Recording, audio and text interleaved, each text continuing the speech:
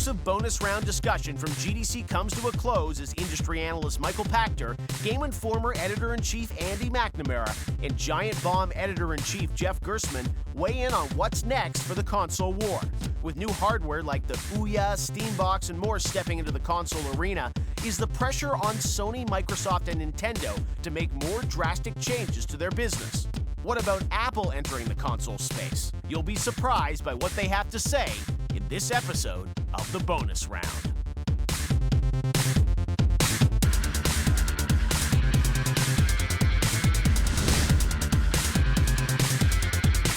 We're back here on the bonus round for our final segment from GDC in San Francisco with Michael, Andy, and Jeff. Now, we spent a lot of time this month talking about Microsoft, Sony, Nintendo, as we always do on the bonus round. But is there something else that we're not looking at here in terms of another player? There's talk about Valve's Steambox. A lot of people wondering, what is Apple going to do in the gaming space? Maybe it's not this year, but in the next few years, Michael, do you think, is there another entrant that comes in here and disrupts the current industry?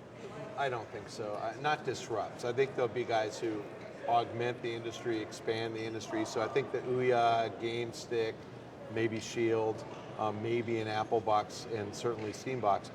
All of which... Game Stick's going to change it all. Well, all of which run software that was made for a different purpose. Right, I see. So So running those Android, amalgamated together. Yeah, but that's all good to have. And so Steambox is going to run PC software. That's good to have. But I don't see any publishers actually supporting them and making games unless they're making a PC game. Right. So you're not going to see Grand Theft Auto on Ouya. And even if it can handle it, they're not going to do it. And unless Ouya gets 50 million install base, then of course they'll do it. It's chicken and egg, and I think that the platform holders have such an incentive to make sure that you buy their platform, because it's royalties, it's Xbox Live subscriptions, that they're going to lock up content. They'll put provisions in deals like you can't port it over to something else for a few years. Steambox is the one that it's a slick product. There should be more PC games. I think the PC game as a lead SKU might come back this cycle. Well, and also that the cool. Boxes they're all supposedly cool. PC architectures, right? Well, right, and so it'll be very easy to do. That's why I said PC is a lead SKU. So I think the PC's back, and I know people say it never left. I mean, the PC is a lead SKU on console games. Right. That makes Steambox really relevant. And the way they built that Steambox, like, I want one, and it looks easy to hook up, and it's great to play. But it's also the question about the cost of it, right? Because it's only $509.95.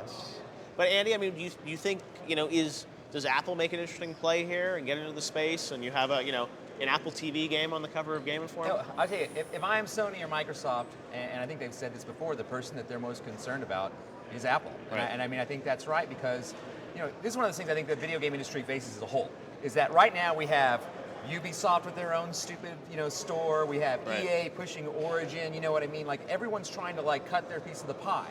And like, Apple will show up and go, I don't care about your piece of pie, and I don't care about your store. Right. Here's our product, it's in play, this is how it works. You know what I mean? And that authoritative view and the attack that they'll take if they ever come in with Apple TV, I don't think it's going to be like Apple TV comes in and changes like console gamers forever. Right. But it will definitely change the landscape and show, I think, as Apple has shown in the past, an eloquent way to find games and to get people to enjoy a product, right? Yep. And that's something that Sony and Microsoft are both challenged with go. I think that's one of the key things we'll see at E3 is, can they match that kind of elegant, interesting design that gets people quickly to entertainment? Because everyone just wants to be entertained. Yep.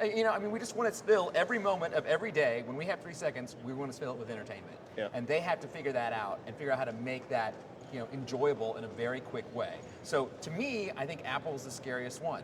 I think these other players are interesting because I think they give options to people to play games that are kind of in that giant Unity pool that's everywhere, right? Or just the games that are going to be on iOS, and people find new creative ways to get them on other platforms because there's an opportunity for them to make money. Yep. But the big dogs are who are in this hunt. You know what I mean? Yeah. They can't compete, I don't believe, with the marketing that Sony and Microsoft will throw at this. Microsoft spent a ton of money on Surface. Yep. They will spend money on getting the next Xbox in front of people and people to be interested in it and to enjoy it. All right, guys, hold that thought. We'll be right back.